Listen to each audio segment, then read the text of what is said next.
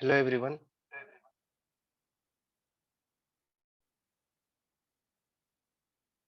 welcome to ProTrainee's tendering and demo. I am Manish, your host for the session. Let me give you a brief introduction about the ProTrainee. ProTrainee is a NSRCL IM Bangalore pre-incubated edtech startup. We are registered with Startup India, Startup Odisha and OCF. Landing skill request which precisely fit market demand is tougher than landing a job itself. That's where we come into play. We prepare engineering students to be industry ready by training them for the essential required in the field. We believe that skill building is an extensive process which requires detailed and practical knowledge with the help of our experienced experts. Our aim is to build a skilled workforce for the civil engineer industry and to create tougher leader for tomorrow. Pro Trainee brings you an evolving industry ready environment to tackle the ever shifting business scenario.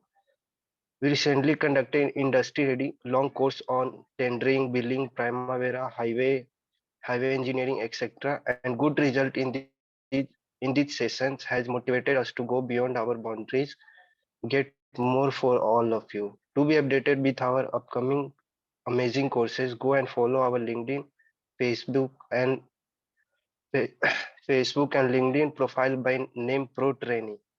Now I like to introduce our expert, Mr. Anshit Gupta, who have joined our forces to make you industry ready. Sir, you may start now. Good evening, everyone. Uh, Hope I am audible. Welcome to our demo session for tendering, bidding, and contracts. My name is Anshit Gupta. I'll just start sharing my screen now.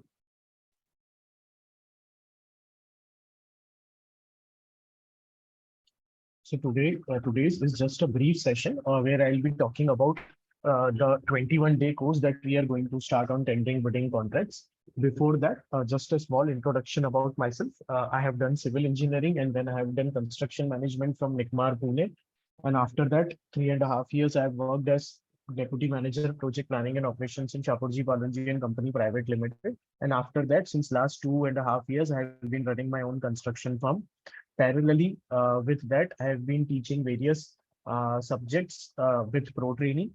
First is obviously tendering, bidding, and contracts, of which we have completed 6 or 7 batches, I think.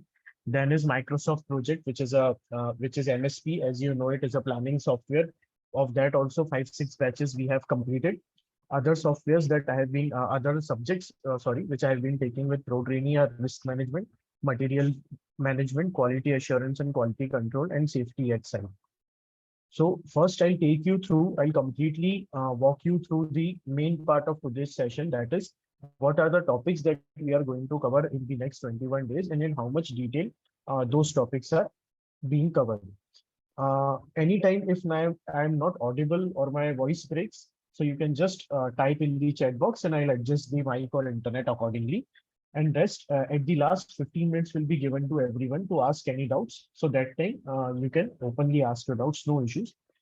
So first is basically we will start with simple basic of tendering bidding. That is what is tendering, what is a tender, what is a bid, who submits bid to whom, all those things. Then the main part coming to the complete tendering process, जो ये पूरा cycle होता है 12-13 steps का, जिसमें एक आदमी contract tender भरता है, नोटिस फ्लोट होता है, पेपर में एडवर्टाइजमेंट आने से लेकर लास्ट में जो आप ई टेंडर भर के सबमिट करते हो, उसके बाद ई टेंडर ओपन होने से लेकर टिल दी कॉन्ट्रैक्ट अवार्ड नहीं हो जाता है, जब तक वो पूरा टेंडरिंग process होता है. So the complete tendering process we will cover in this, which includes various topics like invitation to bid, notice inviting tender, various instructions to bidders, language of tender, scope of work, specifications, drawings, bid form and price schedule, bidders qualifications, bid security, bid validity period, contractors bid, bid evaluation, that is both technical as well as financial evaluation. जो हम bid करते हैं उसको क्या basis पे, क्या parameters पे client evaluate करता है, वो सारा चीजें. Contractor finalization, letter of acceptance, letter of intent and finally award of contract. ये जो पूरा प्रोसेस होता है, ये पूरे प्रोसेस को हम बहुत ज्यादा डिटेल में देखेंगे. यहाँ तो मैंने बहुत ब्रीफ में लिखा हुआ है. देन उसके बाद बिडिंग करने की क्या क्या मेथड्स होती हैं, उनमें हम काफी डिटेल में जाएंगे।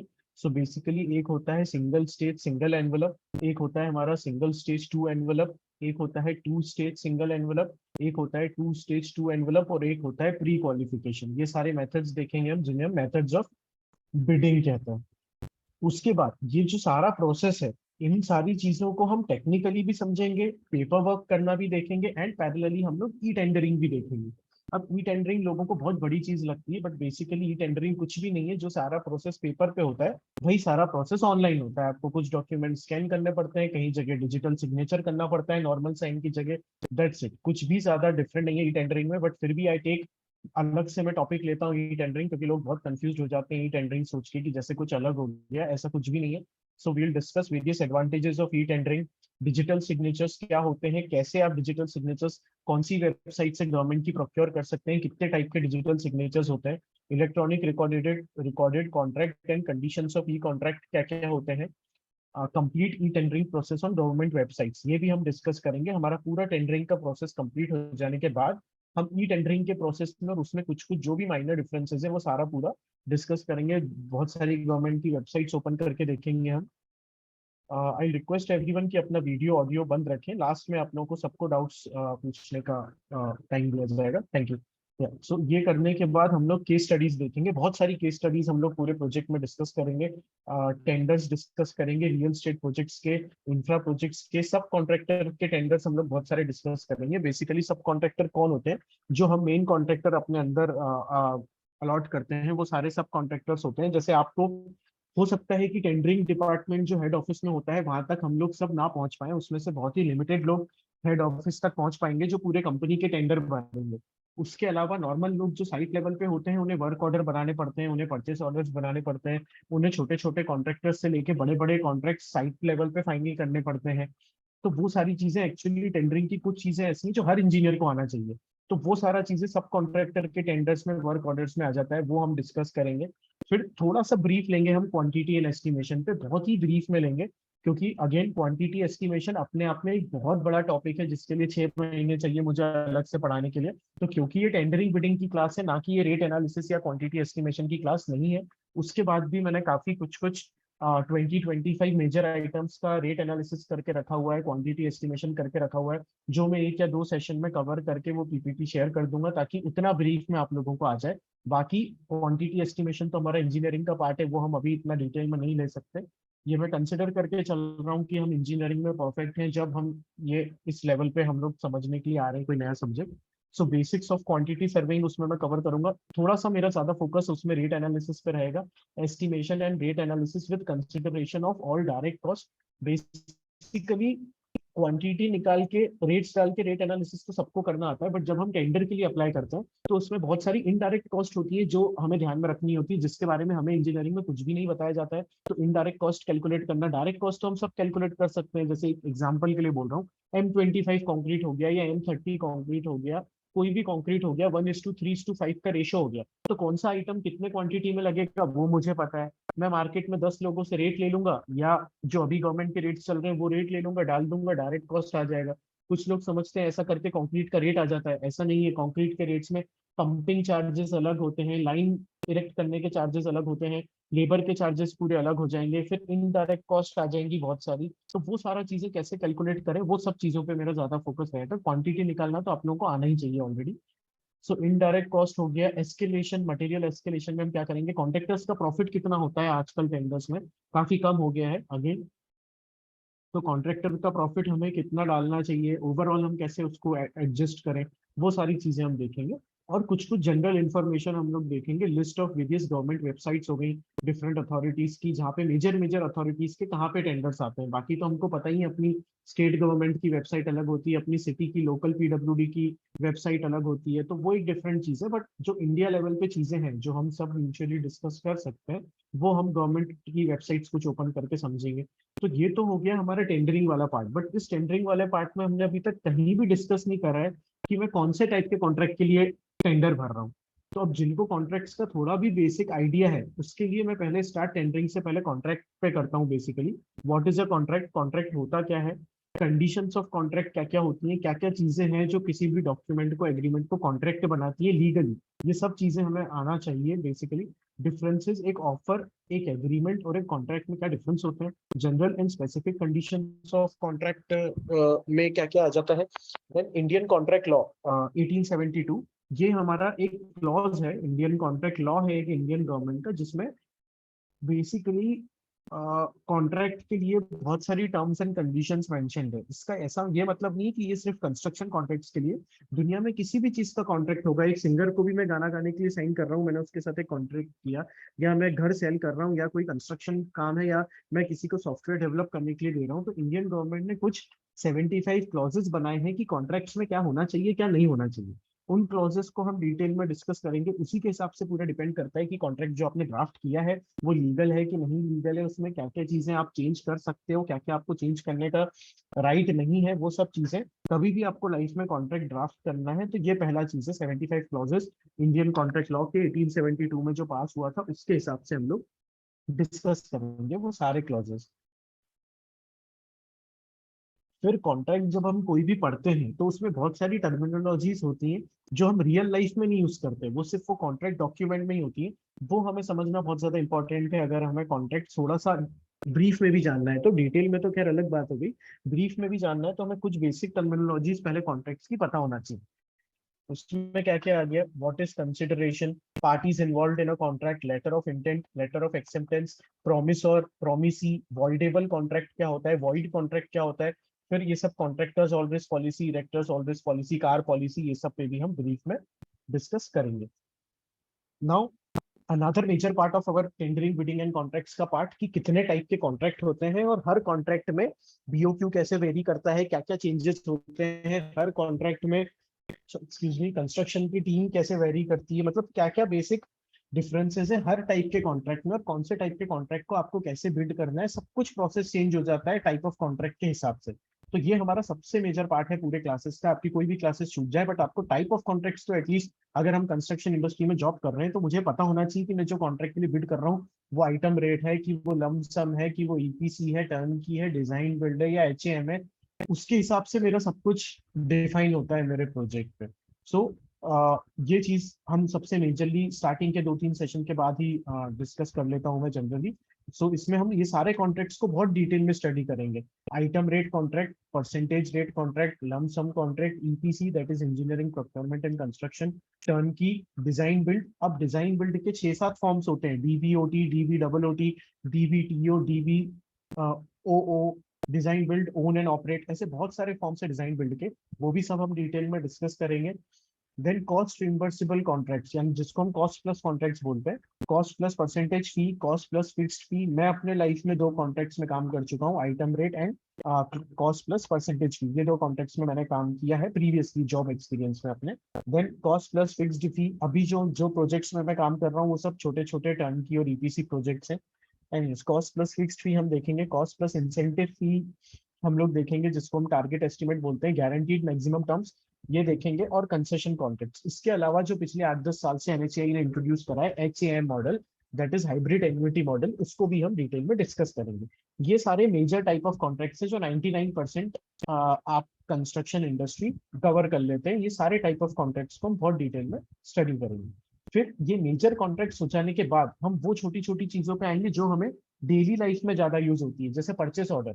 आप अगर साइट इंजीनियर भी हो तो आपको ये पता होना चाहिए कि जो आप साइट पर मटेरियल अनलोड करवा रहे हो उसका लोडिंग अनलोडिंग आपके स्कोप में है, या जो मटेरियल लेके आया है उसके स्कोप में है, या जो कॉन्ट्रैक्टर वो मटेरियल यूज करने वाला है उस सब कॉन्ट्रैक्टर के स्कोप में है। अगर मेरे साइट पे सीमेंट की गाड़ी आई है तो खाली किसको करवानी है, स्टील किसको खाली करवाना है, ब्लॉक्स आए हैं तो खाली किसको करवाना है। अगर ब्लॉक्स मैंने यहाँ पे खाली करवा दिए, यहाँ से 50 मीटर दूर मेरा 3 बिल्डिंग छोड़ के चौथी बिल्डिंग में मेरा काम चल रहा है, तो क्या मैं 4 बिल्डिंग के पहले यहाँ पे ब्लॉक्स की गाड़ी खाली करवा सकता हूँ? यहाँ से वहां तक ब्लॉक्स कौन लेके जाएगा, वो लेबर मुझे एक्स्ट्रा लगाने पड़ेंगे, या फिर मेरे सब कॉन्ट्रैक्टर के वर्क ऑर्डर में वो लीड इंक्लूडेड है। ये सारी चीजें आपको समझ में तब आएंगी इवन साइट लेवल पे भी, जब आपको सब कॉन्ट्रैक्टर एग्रीमेंट, जिसको हम हमारे टर्म्स में वर्क ऑर्डर बोलते हैं, एंड परचेस ऑर्डर, जो जिससे हम मटेरियल खरीदते हैं उसको हम परचेस ऑर्डर देते हैं, ये हमको पढ़ना आएगा, तब हम डे टू डे इंजीनियरिंग की एक्टिविटी साइट पे कर पाएंगे। तो ये दोनों हम काफी डिटेल में दिखेंगे, बहुत सारे एग्जांपल्स भी मैं दिखाऊंगा मेरे कंपनी के कि परचेस ऑर्डर में क्या क्या चीजें होती हैं, कैसा होता है, सब कॉन्ट्रैक्टर एग्रीमेंट में क्या क्या चीजें होती हैं, वर्क ऑर्डर्स के बहुत सारे फॉर्मेट हम लोग डिस्कस करेंगे। इंश्योरेंस कॉन्ट्रैक्ट्स, क्योंकि ये तो हर प्रोजेक्ट पे हर बड़ी कंपनी में होता है, जो हमने यहाँ देखा कार पॉलिसी, फायर पॉलिसी, ये सारी चीजें हर कंपनी में ली जाती हैं हर प्रोजेक्ट में। सिक्योरिटी बॉन्ड्स, बैंक गारंटीज, ये भी आजकल काफी चल रहे हैं। बड़ा एक कॉन्ट्रैक्ट के पहले हम लोग लेते हैं, एक्सचेंज करते हैं बैंक गारंटीज, तो ये भी आपको सब पता होना चाहिए। तो यहाँ पे हमारा ये और ये हमारा कॉन्ट्रैक्ट वाला पार्ट कवर करेगा। ये हो गया हमारा कॉन्ट्रैक्ट वाला पार्ट पूरा। अब उसके बाद दो स्टैंडर्ड फॉर्म्स ऑफ कॉन्ट्रैक्ट होते हैं। ये जो भी चीजें अभी तक हमने देखी, ये सारा टाइप्स ऑफ कॉन्ट्रैक्ट्स था। अब स्टैंडर्ड फॉर्म्स होते हैं कॉन्ट्रैक्ट के। स्टैंडर्ड फॉर्म्स मतलब कुछ कॉन्ट्रैक्ट सीपीडब्ल्यूडी की कंडीशंस पे बेस्ड होते हैं, कुछ फिडिक की कंडीशंस पे बेस्ड होते हैं। तो अब सीपीडब्ल्यूडी तो हमें पता ही है कि क्या होता है, central public works department. FIDIC का फुल फॉर्म होता है international federation of consulting engineers, commonly known as फिडिक।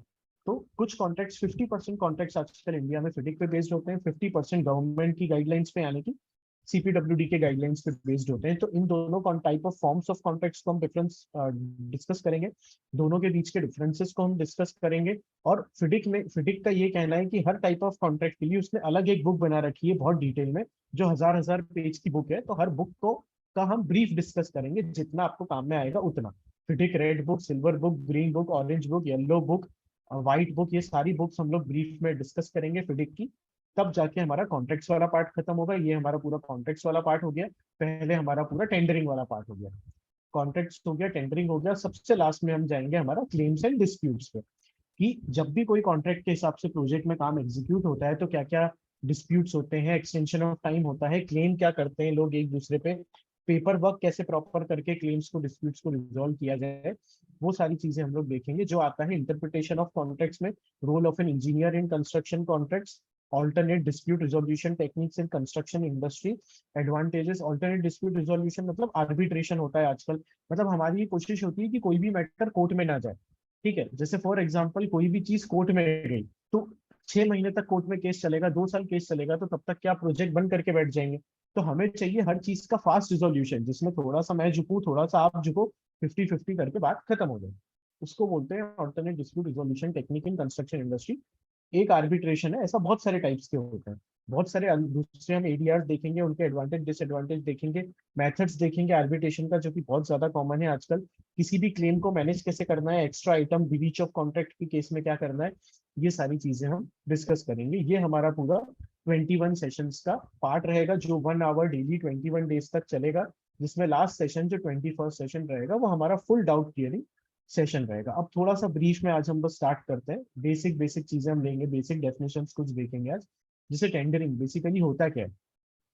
The word tendering means a documentary procedure for inviting bids. एक जो पूरा कंप्लीट प्रोसेस है, जो पूरा साइकिल है, पेपर में जो फोटो आती है जिसको देख के आप बिड करते हैं कोई टेंडर के लिए, जो पेपर में एडवर्टाइज आता है, तब से लेकर सबसे लास्ट तक जो कॉन्ट्रैक्ट अवार्ड होता है, उस पूरी प्रोसेस में जो डॉक्यूमेंटेशन होता है उसको हम बेसिकली टेंडरिंग बोलते हैं। So the word tendering means a documentary procedure for inviting bids, appointing experts, contracting firms, equipment suppliers, service providers for executing the work. Work could be of any nature. ठीक है।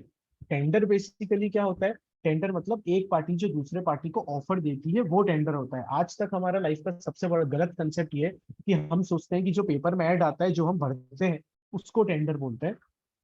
ऐसा नहीं है। Tender, offer, bid, ये सारे एक ही words हैं जो कॉन्ट्रैक्टर फिल करके देता है। मतलब पेपर में ऐड आया, उसमें जो मैं रेट्स फिल करके देता हूँ, जो मेरा कोटेशन होता है, जो मेरा ऑफर होता है, उसको टेंडर बोलते हैं। जाकि ना कि जो मैंने भरा वो टेंडर नहीं, जिस चीज के लिए मैंने कोटेशन दिया है उस कोटेशन को टेंडर बोलते हैं। तो बेसिकली टेंडर, कोटेशन, ऑफर, ये सारे एक ही टर्म्स हैं। Offer by one party to another in construction terms it means an offer by contractor to do a specific work in return for a sum of money. ठीक है, construction में उसका basic meaning ये होता है, it means an offer by contractor to do a specific work in return for a sum of money. उसको हम बोलते हैं बेसिकली ऑफर या टेंडर। अब एक जो बिड डॉक्यूमेंट होता है, उस बिड डॉक्यूमेंट के क्या क्या बोल सकते हैं कि कंपोनेंट्स होते हैं। बहुत सारे कंपोनेंट्स होते हैं बेसिकली बिड डॉक्यूमेंट में, जिसमें सबसे पहला तो हमारा इनविटेशन फॉर बिड रहता है, जो नोटिस इनवाइटिंग टेंडर जिसको हम बोलते हैं, जो नोटिस हम पेपर में देखते हैं वो होता है। Then voice is not audible. Is it audible now? Yes, sir, it's audible. So basically components of bid documents में क्या क्या चीजें आ जाती हैं? जो हमारा नोटिस इनवाइटिंग टेंडर हो गया सबसे पहला, जो हम ऐड देखते हैं पेपर में। उसके बाद बहुत सारे इंस्ट्रक्शंस दिए जाते हैं बिडर्स को।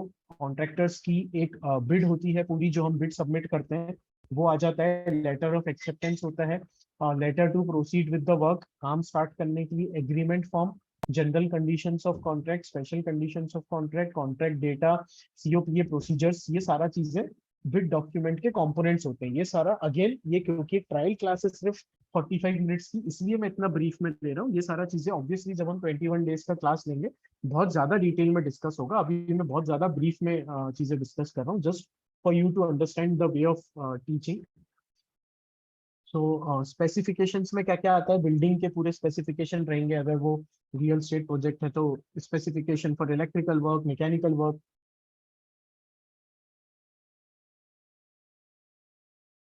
एडिशनल कंडीशंस क्या क्या है कॉन्ट्रैक्ट की? एडिशनल कंडीशंस क्या होती हैं कॉन्ट्रैक्ट की? जो एक हमारा बेसिक कॉन्ट्रैक्ट होता है उसके अलावा जो जो चीजें हमने अब इस पर्टिकुलर प्रोजेक्ट के लिए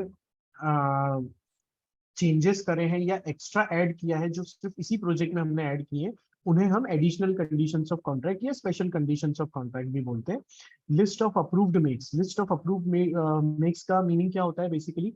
जैसे फॉर एग्जांपल सीमेंट, अब मैंने उसमें लिख के छोड़ दिया कि आपको कंक्रीट साइट पर बनाना है, या फॉर एग्जांपल आपको मोटर बनाना है साइट पे, सीमेंट मोटर, उसमें मैंने सिर्फ सीमेंट लिख के छोड़ दिया, तो रेट बहुत ज्यादा वेरी होगा, क्योंकि वंडर का सीमेंट और एसीसी अल्ट्राटेक के सीमेंट में 50 रुपीज पर बैग का अंतर है मिनिमम, ये 60 रुपीज पर बैग का अंतर है। तो दो कॉन्ट्रैक्टर्स के रेट बहुत वेरी होंगे। हो सकता है मैं चाहता ही नहीं हूँ कि मेरे साइट पे कोई वंडर सीमेंट या टाइगर सीमेंट ऐसी ही कोई सीमेंट यूज हो, मुझे मेरे साइट पे एसीसी, लफार्ज या अल्ट्राटेक ही चाहिए।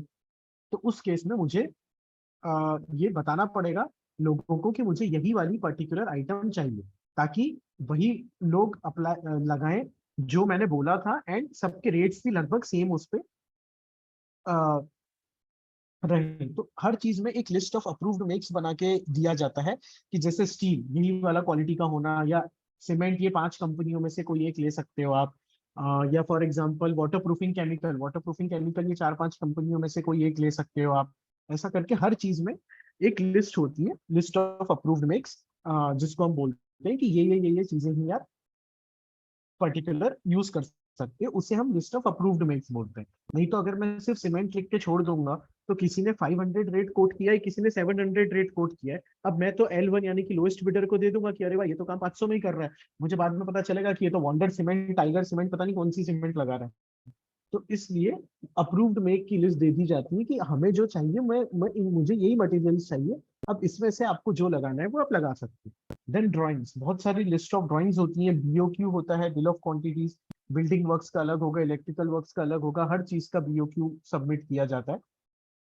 ये सब ये सब कंपोनेंट्स होते हैं बिड डॉक्यूमेंट के। अब थोड़ा सा ब्रीफ में अगर हम फर्स्ट कंपोनेंट को देखें, जो हमारा इनविटेशन टू बिड रहता है, जिसको हम नोटिस इनवाइटिंग टेंडर भी बोलते हैं।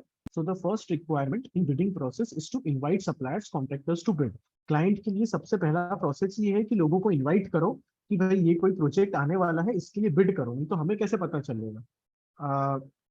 जब तक हमें ये नहीं पता होगा कि कोई प्रोजेक्ट आने वाला है, मैं ना बिड करूंगा ना वो काम हो पाएगा। तो बिडिंग प्रोसेस स्टार्ट ही सबसे पहले इससे होती है कि हम पेपर में एडवर्टाइज देखते हैं, जिसको हम इनविटेशन टू टेंडर बोलते हैं। It is important that suppliers contractors come to know of the demand for their goods services and the name of the buyer. ठीक है, अब मेरे लिए आप एडवर्टाइज दे रहे हो कि मैं उस पर अप्लाई करूं, या मेरे जैसे दूसरे लोग अप्लाई करें, तो आपको मुझे प्रोजेक्ट के कुछ कुछ बेसिक डिटेल तो देने पड़ेंगे। जैसे क्या क्या बेसिक डिटेल? सबसे पहले क्लाइंट का नाम। क्लाइंट का नाम क्यों मुझे पता होना चाहिए? क्योंकि वो मेरे ऊपर डिपेंड करता है कि मुझे उस क्लाइंट के लिए प्रोजेक्ट करना है या नहीं करना है। हो सकता है उस पर्टिकुलर क्लाइंट के लिए मैंने पहले प्रोजेक्ट किए, बट मुझे बहुत प्रॉब्लम आई है, वो पेमेंट टाइम पे नहीं देते हैं, एक एक साल पेमेंट रोक के रखते हैं, कुछ भी रीजन हो सकता है। तो सबसे पहले मैं किसके लिए काम कर रहा हूँ मुझे वो पता होना चाहिए, और प्रोजेक्ट के कुछ बेसिक डिटेल्स पता होना चाहिए, जिसके बिना काम लेना पॉसिबल नहीं है। कुछ कुछ बेसिक चीज पता होनी चाहिए। वो क्या क्या, हम अभी इसके एनआईटी के जब डिटेल में जाएंगे हम देखेंगे। The method of invitation has to be effective to reach large number of suppliers and contractors. अब आपको मेथड ऑफ इन्विटेशन जो है वो ऐसा होना चाहिए कि वो ज्यादा से ज्यादा लोगों तक पहुंच पाए। इसीलिए मैं बार बार ये एग्जांपल ले रहा हूँ पेपर में ऐड वाला। जरूरी नहीं कि ऐड पेपर में ही आए। आजकल 70% ऐड गवर्नमेंट की वेबसाइट्स पे आते हैं। जो वो वेबसाइट खोल के नहीं देखेगा उसे पता ही नहीं चलेगा कि ऐसा कोई प्रोजेक्ट आने वाला है। बट कंसिडरिंग कि सबसे ज्यादा लोगों तक पेपर ही पहुंचता है आज भी, चाहे आप सबके पास 4G हो, चाहे सबके पास कोई भी मोबाइल हो, बट सबसे ज्यादा जो पहुंचता है आज भी वो इलेक्ट्रॉनिक मीडिया से ज्यादा प्रिंट मीडिया ही है। इसलिए मैंने एग्जांपल लिया था पेपर का। तो कॉमन मेथड्स क्या क्या है जो इन्विटेशन ऑफ बिड्स के लिए यूज होते हैं, जो जनरली गवर्नमेंट प्रोजेक्ट्स और बड़े क्लाइंट्स यूज करते हैं? सबसे पहला पब्लिकेशन इन न्यूज़पेपर, न्यूज़पेपर में देते हैं विच हैव अ लार्ज सर्कुलेशन। अब ऐसा नहीं कि मैंने कोई ऐसे न्यूज़पेपर में दे दिया, शाम का पेपर है जो 1000 लोगों के घर में भी नहीं जाता है, रात का पेपर है वो कोई पढ़ता नहीं है, समोसे कचौरी के नीचे यूज होता है, उस पेपर में आपने एडवर्टाइज दे दिया। तो आपके पैसे तो लग गए एडवर्टाइज देने के, क्योंकि वो एडवर्टाइज देने के पैसे बहुत लगते हैं किसी भी पेपर में, बट उतना लोग उस पेपर को पढ़ते ही नहीं है, तो कोई यूज नहीं है उस बात का। पब्लिकेशन उस न्यूज़पेपर में मुझे देना है which have a large circulation. Then publication in journals of special interest. बहुत सारी जर्नल्स होते हैं, जैसे कंस्ट्रक्शन के लिए कंस्ट्रक्शन स्पेसिफिक जर्नल्स होती हैं। हर हर इंडस्ट्री के अपने अपने जर्नल्स फिक्स्ड हैं। जो बड़े बड़े ऑफिस में बड़े बड़े कंपनीज सब्सक्रिप्शन लेके रखते हैं उन जर्नल्स का, और उनके पास डायरेक्ट वो वीकली जर्नल्स हैं या एवरी 10 डेज के जर्नल्स हैं, जो भी है वो जाता है। So publication in journal of special interest. In international competitive bidding, जो इंटरनेशनल कॉम्पिटिटिव बिडिंग होती है, इंटरनेशनल बिडिंग का मीनिंग क्या होता है? जैसे फॉर एग्जांपल ऑस्ट्रेलिया में से ऑयल यहाँ लाने के लिए अडानी के प्रोजेक्ट चल रहे हैं वहां पे, या अडानी बिड कर रहा है, उसको बोलते हैं international competitive bidding. Contractor India का है बट वो बिड कर रहा है अमेरिका के प्रोजेक्ट के लिए या ओमान के प्रोजेक्ट के लिए। जैसे शाहपुर जी पालन जी का एक अलग से ब्रांच बना हुआ है SPI, LNT का भी एक अलग से ब्रांच बना हुआ है LNT इंटरनेशनल, और ये पूरे वर्ल्ड में प्रोजेक्ट्स करते हैं, सातों कंट्रीज में गल्फ के ये प्रोजेक्ट्स कर रहे हैं। तो उसे बोलते हैं इंटरनेशनल कॉम्पिटिटिव बिडिंग। कंपनी यहाँ की है और आप वहाँ के प्रोजेक्ट के लिए बिड कर रहे हो, आपको सब समझना पड़ेगा कि आपको पेमेंट कौन सी करेंसी में होगा, and everything you need to understand, that is known as international competitive bidding. तो अगर इंटरनेशनल बिडिंग है तो उस केस में you have to bring the invitations to the notice of embassies of foreign countries. अगर आपको कोई चाहिए प्रोजेक्ट की इंटरनेशनल लोग उसमें बिड करें, तो ऐसा तो कोई न्यूज़पेपर होता नहीं है जो पूरे वर्ल्ड में आता है। ऑब्वियसली आपको पता है दैनिक भास्कर तो नहीं आता होगा लंदन में, या वहाँ जो पेपर है वो तो नहीं आता होगा हमारे यहाँ। तो इन दैट केस आपको एम्बेसीज में नोटिस पहुंचाना पड़ता है गवर्नमेंट की। इंडियन एम्बेसी में आपने पहुंचा दिया, श्रीलंका में पहुंचा दिया कि ये एक प्रोजेक्ट आ रहा है, अगर आपकी कंट्री में कोई सूटेबल कॉन्ट्रैक्टर है जो इतना बड़ा लेवल का प्रोजेक्ट कर सकता है, then definitely you can tell us. वो लोग हमारे कंपनी के, सॉरी हमारे कंट्री के बड़े कॉन्ट्रैक्टर्स से कांटेक्ट करेंगे, बिड करेंगे, फिर हम लोग मिलके साथ में, फिर हमारी गवर्नमेंट हमको इंटरनेशनल प्रोजेक्ट करने के लिए लोन भी देती है, बिकॉज वो एक अपने आप में बहुत प्राउड की बात होती है कि इंडियन कॉन्ट्रैक्टर जाके वहाँ प्रोजेक्ट एग्जीक्यूट कर रहा है। सो वो एक अलग डिफरेंट डिटेल में डिस्कशन वाली बात हो गई, बट इस प्रोसेस को बोलते हैं international competitive bidding. Then let us to firms who have come to know of the likely purchase and have made enquiries। बहुत सारे, कभी कभी ये होता है कि प्रोजेक्ट आने के पहले ही मार्केट में हवा उड़ जाती है कि ये प्रोजेक्ट आने वाला है, प्रोजेक्ट आने वाला है, ऑफिशियली पेपर में ऐड निकलने से पहले। तो लोग आपको ईमेल करना चालू कर देते हैं, लोग आपको लेटर्स वाया लेटर्स भेजना चालू कर देते हैं कि इतना क्या बोलते हैं, इतना अमाउंट का टेंडर आने वाला है, कि सर क्या आने वाला है, उसके क्वेरीज लोग मांगने लग जाते हैं, तो उनका रिस्पॉन्ड करना। ये बहुत सारे तरीके हैं जिससे इन्विटेशन टू बिड क्लाइंट अलग अलग यूज करता है as per their suitability। So basically invitation to bid होता क्या है, अभी कहाँ पे आता है ये तो हमने देख लिया। Invitation to bid is basically बहुत छोटा सा एक ब्रीफ नोटिस होता है। ऐसा नहीं है कि आपको पूरे प्रोजेक्ट की रामायण उसमें लिख देनी है, एक बहुत ही छोटा सा वो ब्रीफ नोटिस होता है। It gives only the essentials of the purchase works to be done. आप उसमें सिर्फ वही एसेंशियल बातें बताते हो जो इस स्टेज पे जानना जरूरी है, जैसे कौन से तारीख से कौन से तारीख तक बिड के डॉक्यूमेंट्स आप परचेस कर सकते हो, क्या लास्ट डेट है भरने की, कितना अमाउंट आपको पे करना पड़ेगा ये टेंडर के लिए अप्लाई करने के लिए, क्लाइंट कौन है, कौन सी सिटी में प्रोजेक्ट है, कितना स्क्वायर फीट का काम है, कुछ बेसिक बेसिक चीजें आप उसमें मेंशन करते हो। ठीक है, it gives only the essentials of the purchase works to be done. It also states the nature of goods services required, the place from where bidding documents can be purchased. ये बहुत important है, ये लिखना पड़ेगा उसमें कि bidding के documents कहाँ से परचेस करें। Price of bidding documents, bid करने के लिए हर प्रोजेक्ट पे आपको बिड डॉक्यूमेंट्स बाय करने पड़ते हैं, उसका प्राइस कितना है। The last date of submitting bid, आखिरी डेट क्या है बिड सबमिट करने की, और बिड सिक्योरिटी कितनी होगी, परफॉर्मेंस सिक्योरिटी कितनी होगी, ये सारी चीजें आपको मेंशन करनी पड़ती है। ये अब 3-4 अलग अलग फॉर्मेट में डिस्कस करूंगा नोटिस इनवाइटिंग टेंडर के। उसमें मुझे 15-20 मिनट लगेंगे, उसके बाद विल स्टॉप द सेशन। तो 3-4 अलग अलग टाइप के फॉर्मेट है। हर गवर्नमेंट अपने बजट के हिसाब से, अपने क्राइटेरिया के हिसाब से कोई छोटा ऐड निकालता है, कोई बड़ा ऐड निकालता है। ऐड तो ऐड है, आपको पता है।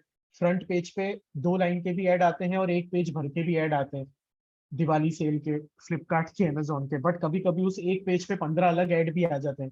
तो ये जैसे ऐड होता है, छोटा भी हो सकता है, बड़ा भी हो सकता है, वैसे ही नोटिस इनवाइटिंग टेंडर के भी 4-5 फॉर्मेट है। जिसको ज्यादा बड़ा देने की इच्छा है वो बड़ा दे, जिसका ब्रीफ में काम हो रहा है वो ब्रीफ में दे। इसका कोई हार्ड एंड फास्ट क्राइटेरिया नहीं है। तो ये फर्स्ट फॉर्मेट है, हम देखते हैं इसको एक बार।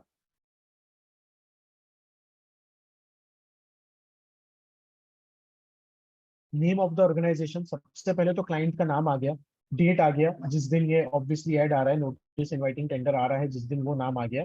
Execution engineer, executive engineer on the behalf of dash dash dash organization invites item rate या लमसम टेंडर। अब आप देखिए, जो भी नोटिस इनवाइटिंग टेंडर आता है उसमें सबसे पहले ये लिखा होता है कि किस टाइप के कॉन्ट्रैक्ट के लिए वो कोटेशन मांग रहे हैं। आइटम रेट के लिए, लमसम के लिए, वो पहले लिखा होता है। इसीलिए मैं टेंडरिंग से पहले टाइप ऑफ कॉन्ट्रैक्ट्स लेता हूँ। जब तक आपको कॉन्ट्रैक्ट क्या होता है, कितने टाइप के कॉन्ट्रैक्ट होते हैं, और वही सारी चीजें कॉन्ट्रैक्ट की नहीं पता होंगी, तब तक आप टेंडरिंग पढ़ ही नहीं पाएंगे। इसलिए मैं जब क्लास स्टार्ट करता हूँ, I start with always contracts. क्योंकि मुझे कैसे पता कि आइटम रेट क्या होता है, लमसम क्या होता है। आइटम रेट में मुझे कितना प्रॉफिट पकड़ना चाहिए, लमसम में मुझे कितना पकड़ना चाहिए। लमसम में मेरी रिस्क क्या है, क्लाइंट की रिस्क क्या है, आइटम रेट में मेरी रिस्क क्या है, क्लाइंट की रिस्क क्या है। जब तक आपको ये सारी चीजें पता ही नहीं है, तब तक आपका बिड करने का कोई यूज नहीं है। इसलिए invites the item rate lump sum tenders from approved and eligible contractors for following works. मतलब इन्होंने एलिजिबिलिटी क्राइटेरिया सेट कर रखा है already. Last date and time of submission, ये लास्ट डेट है, और इस टाइम तक आपको उनके पास बिड पहुंच जाने चाहिए। Name of work, construction of space dash dash dash, estimated cost उसकी इतनी है, उसके लिए अर्नेस्ट मनी डिपॉजिट आपको इतने अमाउंट का देना पड़ेगा। टाइम 15 मंथ्स का प्रोजेक्ट रहेगा। अब पहली गलती इसमें इन्होंने कहीं भी नहीं लिखा हुआ है कि ये 15 मंथ्स में मानसून पीरियड इंक्लूडेड है या नहीं इंक्लूडेड है। जनरली ये मेंशन्ड होता है कि रेनी सीजन इंक्लूडेड है या नहीं इंक्लूडेड है। Then cost of tender form, 1500 रुपए का फॉर्म मिलेगा। Last date and time for receipt of application, ये डेट है। Last date and time of issue of tender, ये डेट है। अनलेस money should be deposited along with the application seeking issue of tender document dash dash dash, executive engineer उसका sign. ये एक बहुत छोटा सा फॉर्मेट हो गया। अब ये एक बड़ा वाला फॉर्मेट पे आ जाते हैं हम। Example of notice inviting tender, Embassy of Nepal. Notice inviting published on 17 May 2019. Embassy of Nepal in New Delhi invites sealed tender for eligible firm contractor in two bid system in the following work. इन्होंने mention कर दिया कि to bid system में हम envelope मंगा रहे हैं। अब अगेन टू बिड सिस्टम क्या होता है, ये आपको ये पढ़ने के बाद समझ में आएगा, जो हमने यहाँ मेंशन किया हुआ है। Methods of bidding: single stage single envelope, single stage two envelope, two stage single envelope, two stage two envelope and pre qualification. ये पढ़ लेंगे तो हमें समझ में आ जाएगा कि क्या लिखा हुआ है टू एनवेलप। ठीक है। Eligible forms contracts in two bid system for the following work. Notice inviting number, ये name of work, construction of dash dash dash, estimated cost है 16 lakhs का प्रोजेक्ट है इंक्लूडिंग जीएसटी। अर्नेस्ट मनी 50,000 जमा करने। Cost of tender document, non refundable document खरीदने के 650 rupees लगेंगे। Time of completion, छोटा सा प्रोजेक्ट है, 45 डेज में कंप्लीट करना है। Last date and time of submission of bid, ये डेट तक आपको बिड सबमिट करना है, और टेक्निकल और फाइनेंशियल बिड इस पर्टिकुलर तारीख को ओपन किया जाएगा। The embassy retains the right to amend, modify and on the notice if required for further details. इस पे आप कांटेक्ट कर सकते हैं। जो जो डिटेल उन्होंने दी है उसके अलावा आपको ये वेबसाइट पे मेल करके डिटेल्स मिल जाएंगे, या इस नंबर पे कॉल करके डिटेल्स मिल जाएंगे। ये एक अलग हो गया फॉर्मेट। अब ये हो गया डिटेल्ड टेंडर नोटिस। इतने डिटेल 2-3 पेज के भी टेंडर नोटिस दिए जाते हैं, ऐसा नहीं है नहीं दिए जाते। अगेन वो गवर्नमेंट के बजट पे डिपेंड करता है कि कितना बड़ा ऐड देने का हमारा बजट है। So examples of notice inviting tender में एक ये बड़ा वाला हम देखेंगे notice. National health mission, public health department का है ये, इनविटेशन फॉर टेंडर्स। इसको थोड़ा सा जूम करने की कोशिश करता हूँ। हाँ, detailed tender notice. Name of the work, new construction of primary health centre building AP Nishindan, ये एड्रेस है। Online percentage rate tenders in B1 form are invited by the executive engineer NHM Pune circle. इनने invite किया है new construction of primary health centre building dash dash dash, ये नाम है। Estimated cost है 4,64,10,264 rupees. Earnest money deposit कितना करना है, अर्नेस्ट मनी मांग रहे हैं 4,64,000। सिक्योरिटी डिपॉजिट मांग रहे हैं 23,20,000, class of contractor second and above. अब हर स्टेट के, हर सिटी के, हर कंट्री के कुछ क्राइटेरिया होते हैं जिसके हिसाब से क्लास ऑफ कॉन्ट्रैक्टर वो डिवाइड करके रखते हैं, first class, second class, third class, fourth class. तो ये भी हम डिटेल में डिस्कस करेंगे टेंडरिंग पढ़ते टाइम। बट फिलहाल इन्होंने एलिजिबिलिटी क्राइटेरिया रख दिया कि 2 एंड अबव, मतलब 2 वाला और उससे ऊपर वाला ही अप्लाई कर सकते हैं। Time limit in tender calendar months, क्या क्या टाइम लिमिट है टेंडर में? 12 मंथ्स। देखिए ये इन्होंने कितना परफेक्ट लिखा है, 12 मंथ्स इंक्लूडिंग मानसून। ठीक है, क्लियर इन्होंने मेंशन कर दिया है कि मानसून कितनी ही तेज बारिश आ जाए, मानसून भी उसमें इंक्लूडेड है। ठीक है, तो 12 मंथ्स में आपको प्रोजेक्ट कंप्लीट करना है in any circumstance, and no price escalation will be given. मतलब चाहे दुनिया यहाँ से वहां हो जाए, आपको मटेरियल का रेट आज सीमेंट का 300 रुपये बोरी से 1000 रुपये बोरी भी हो जाए, तो भी आपको मटेरियल का एक्सकेलेशन नहीं दिया जाएगा। ये जो भी आप रेट कोट कर रहे हो, ये आपको ध्यान में रखना है कि अगले 1 साल, अगले 12 मंथ्स तक वैलिड है। कुछ भी, कोई भी रेट को चेंज नहीं किया जाएगा। मतलब आपको कोई भी चीज का मटेरियल एस्केलेशन नहीं मिलेगा। एस्केलेशन क्लॉज भी बहुत ज्यादा डिटेल में हम लोग डिस्कस करेंगे टेंडरिंग की क्लास के time. Then the complete bidding process will be online, पूरी प्रोसेस ऑनलाइन होगी। ठीक है, ये इन्होंने यहाँ पे मेंशन कर दिया। ई टेंडरिंग इस वेबसाइट पे होगी, बिडिंग डॉक्यूमेंट इस वेबसाइट से आप इस तारीख तक, पर्टिकुलर तारीख तक आप डाउनलोड कर सकते हैं। देन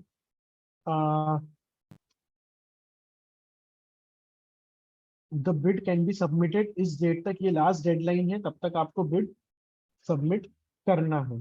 ठीक है, जो भी पर्टिकुलर इन्होंने डेडलाइन मेंशन करी है, उस पर्टिकुलर डेट तक आपको बिड सबमिट करना है एनी हाउ।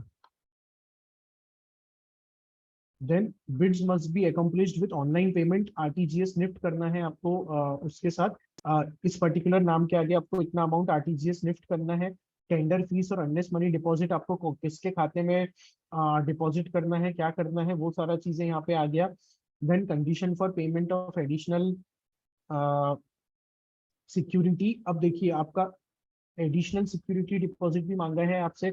अगर आपने एक पर्टिकुलर रेट के से ज्यादा कम रेट कोट किया जो कि सस्पिशियस होता है, जैसे फॉर एग्जांपल बाकी सब लोगों का कोटेशन है 500 करोड़, 490 करोड़, 510 करोड़, और आप उसमें 400 करोड़ बिड कर रहे हो, मतलब 100 करोड़ का डिफरेंस तो नहीं आ सकता दूसरे लोगों के कैलकुलेशन में, और आपने, मतलब आपने कुछ ना कुछ तो आ, गलत कैलकुलेट किया है, तो उस केस में आपको एडिशनल सिक्योरिटी डिपॉजिट देना पड़ेगा।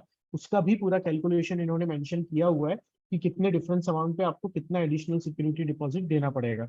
Bid shall be treated as invalid if scanned copy of RTGS NEFT आपने नहीं अटैच किया है साथ में स्कैन्ड कॉपी, तो आपकी बिड इनवैलिड कंसिडर करी जाएगी। The guidelines to download the tender document and online submission of bids and procedure for tender opening can be downloaded. इस वेबसाइट से आप सब डॉक्यूमेंट डाउनलोड कर सकते हो। No pages should be removed from, added in or replaced in the tender. सब चीज इन्होंने मेंशन कर दी है बहुत डिटेल में। Tenders which do not fulfil all और any of the conditions are incomplete. अगर कोई भी कंडीशन फुलफिल नहीं हो रही होगी तो टेंडर को इनकम्प्लीट माना जाएगा और आपको बिना बताए उस टेंडर को रिजेक्ट किया जाएगा। Right to right to reject any और all tenders without assigning reasons therefor is reserve. मतलब कोई भी टेंडर अगर वो रिजेक्ट करते हैं तो वो आपको कोई भी रीजन नहीं देंगे कि क्यों हमने रिजेक्ट किया। ठीक है, उनके पास राइट्स है कोई भी चीज को, कभी भी टेंडर को रिजेक्ट करने का। The successful tenderer will be required to produce the satisfaction of the specified concerned authority, valid contractor license, और ये सब दिखाना पड़ेगा आपको। राइट टू रिजेक्ट उनके पास है। Price escalation will not be given. देखिए 2 बार इन्होंने लिख दिया क्लियर, किसी भी केस में, यहाँ भी लिख दिया नो प्राइस एस्केलेशन गिवन, यहाँ भी लिख दिया price escalation will not be given. मतलब आपको रेट्स बहुत सोच समझ के कोट करने पड़ेंगे। ठीक है, तो ये था एक example of detailed notice inviting tender. ये था एक example of brief notice inviting tender. Generally आपको 70% जो एनआईटीज है वो बहुत ब्रीफ में मिलेंगे, जिनमें बहुत ही बेसिक आइडिया होता है। अब जब हम सेशन स्टार्ट करेंगे तब हम कम से कम 10-12 एनआईटीज को डिस्कस करेंगे। ये एक हो गया, ऐसे 3 फॉर्मेट हो गए अलग अलग एनआईटी के। So here I'll stop because it is just a brief session for you to understand my way of teaching and nothing else. Next 10-15 minutes आपको कुछ भी डाउट्स हो रिलेटेड टू टेंडरिंग सेशन की, कैसा होगा क्लासेस, क्या हम टॉपिक कवर करेंगे, क्या नहीं, आप कुछ भी डाउट्स चैट बॉक्स में मैसेज कर सकते हैं, I will answer them one by one. Timing classes के जनरली रात की ही रहेंगे, जब सब लोग ऑफिस से फ्री हो जाते हैं। 8 to 9 या 9 to 10 जो सबके लिए सूटेबल होगा, वही टाइमिंग रहेगा मंडे टू सैटरडे।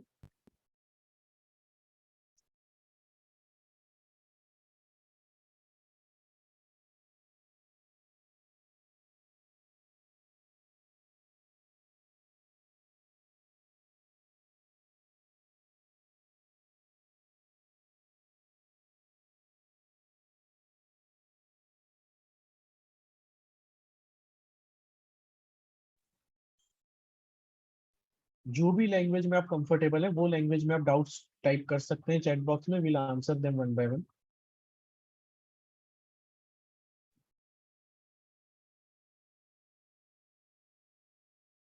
हाँ, वही जो मैंने सबसे स्टार्टिंग में बताया, मैं वापस स्लाइड ओपन करके दिखाता हूँ, एक सेकंड। देखिए, ये जो सारे टर्म्स हैं, जब हम ये सारे टर्म्स पढ़ लेंगे, शायद आपका स्टार्टिंग का मिस हो गया होगा। जब हम ये सारी टर्मिनोलॉजीज पढ़ लेंगे, ये वो सारी टर्मिनोलॉजीज हैं जो सब यूज होती हैं एग्रीमेंट में। फिर जब हम ये इंडियन कॉन्ट्रैक्ट एक्ट पढ़ लेंगे, इंडियन कॉन्ट्रैक्ट लॉ 1872 के 75 क्लॉजेस पढ़ लेंगे, मतलब ये टेंडर की सारी क्लासेस क्लोज होते होते आपको समझ में आ जाएगा कि किस लैंग्वेज का क्या मीनिंग है, कैसे एग्रीमेंट स्टडी करना है, कैसे कॉन्ट्रैक्ट स्टडी करना है। That is a major part of our session. वो आपको बहुत ही डिटेल में क्लियर समझ में आ जाएगा।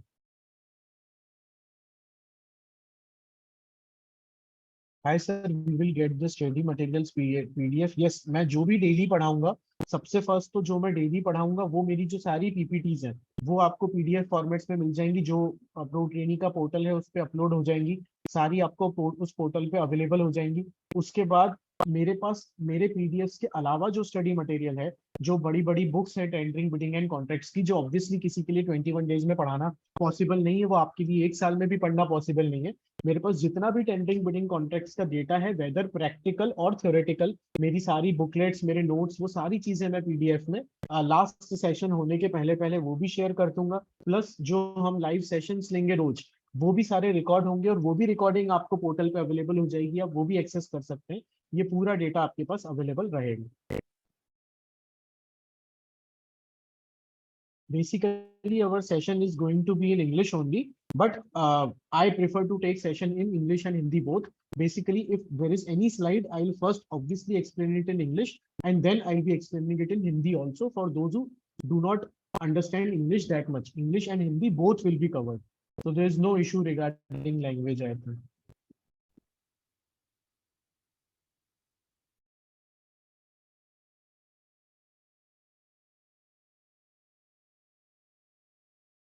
Yes, price escalation clause will also be covered.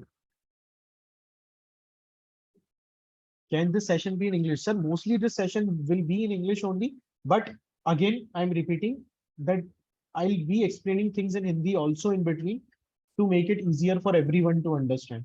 Obviously, English I will explain in English. It is clear cut written in the presentation. But the same line after explaining in English, I'll be again explaining it in Hindi also.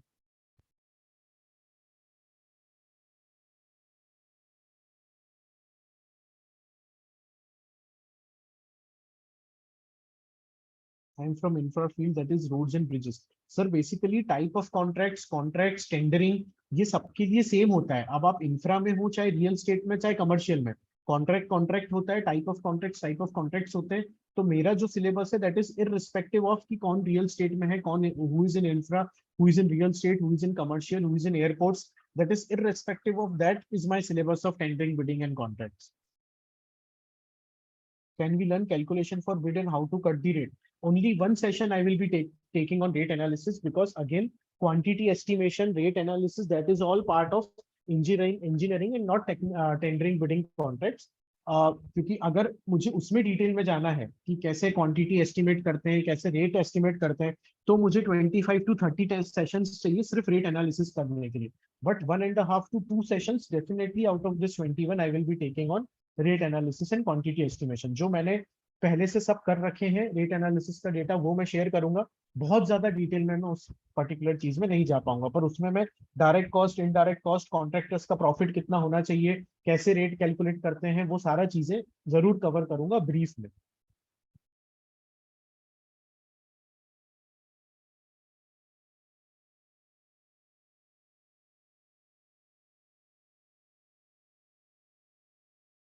can you give a simple and short definition about tendering, sir?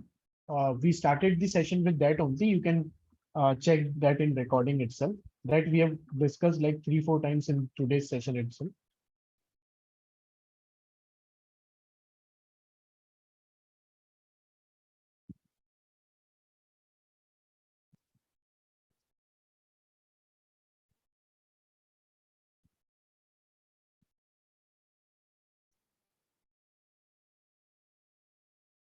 When is this session starting? Date you will have to ask the ProTrainee operations team. They will communicate that to you. Date exactly I'm not sure of as of today. I mean, I don't remember. They told me. So date you will have to cross check with the ProTrainee team.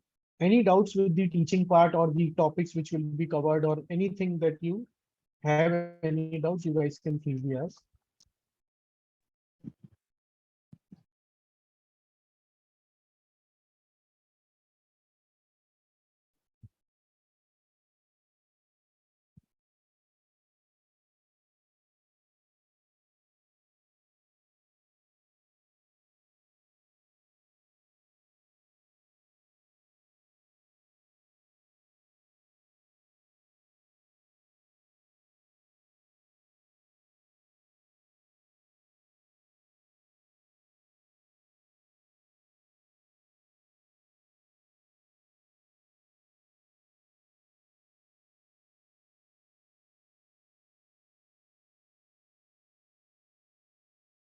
Certificate link है certificate सबको provide किया जाएगा so basically in this session before the end of the session I'll be giving a very small assignment just to cross check that what everybody has learned related to the session. Once you complete that assignment, it will be a very small assignment which will be just a cakewalk after attending the classes. Once you complete that assignment, certificates will be provided to everyone.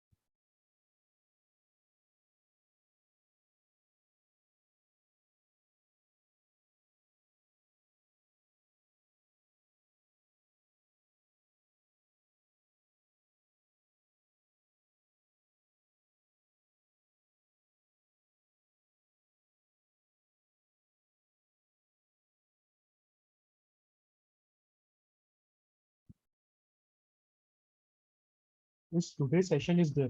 So this was 8 to 9 a demo session, which is just going to end in 2-3 minutes. The course is going to start for 21 days. It is not started now. This was just a demo session for free of cost for everyone. This is not the uh, class session.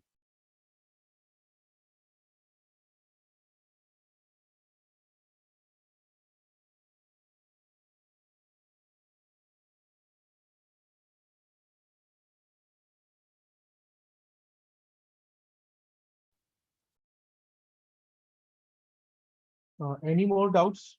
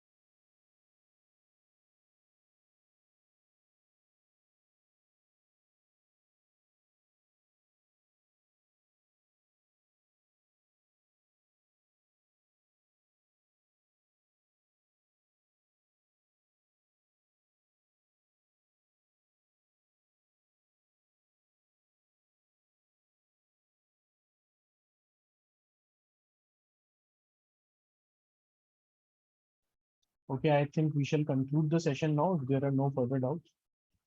Handing over to you, Rotary.